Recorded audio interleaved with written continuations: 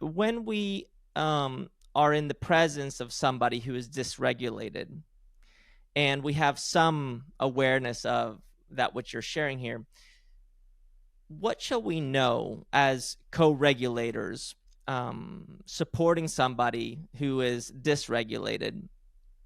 And yeah, how do we learn to identify what the person needs? I know this is now you need to go through training for this, but can you give us a little taste of what that would be?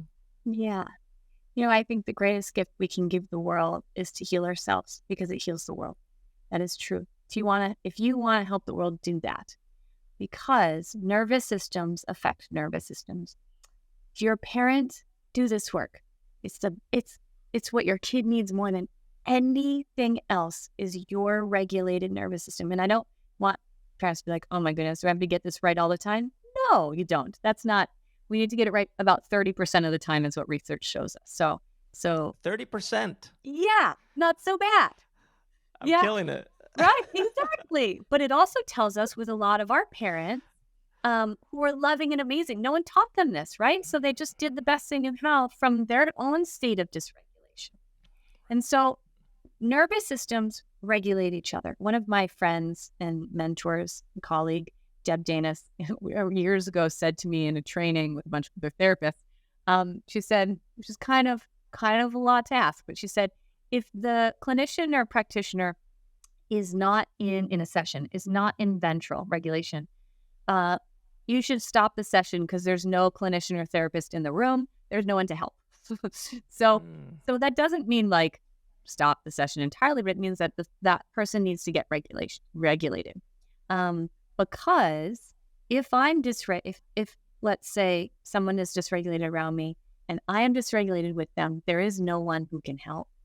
So when we embody this work, what our job to do is to maintain our own regulation. And at the same time, it's really nuanced that we don't want to have a steel wall of a boundary where I'm not feeling for the other person. It's the more that I do this work, I'm not afraid of your anxiety because I know what it feels like in my body and I know how to regulate out of it, which means then I don't have to be afraid of yours.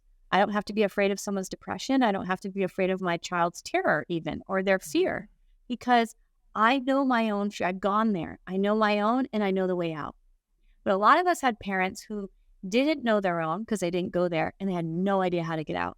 So when we experienced fear, they tried to manage it by telling us it was going to be fine or problem solving because that's the only thing they knew to do, which does not help us. Mm.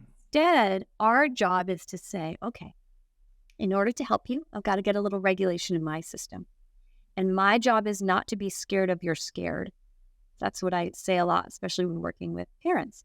But I have to not be scared of you're scared. So then I can hold that and then I can attune with your experience. That means I can touch into it. I can feel it without in a codependent way drowning in it because then I can't help. So I can touch into or feel, oh, I get how that's really scary that that's coming up. I can feel that. I can even feel it in my own body.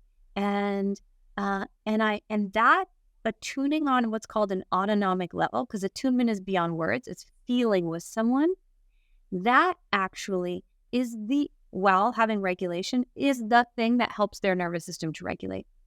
We're not actually trying to manipulate their system or problem solve it. If I can hold that safety and regulation in my own nervous system and then feel into what you feel, your nervous system will come out of that. It's Mm. beautiful. So yes, we are all acting as healers because when we do that, we heal others.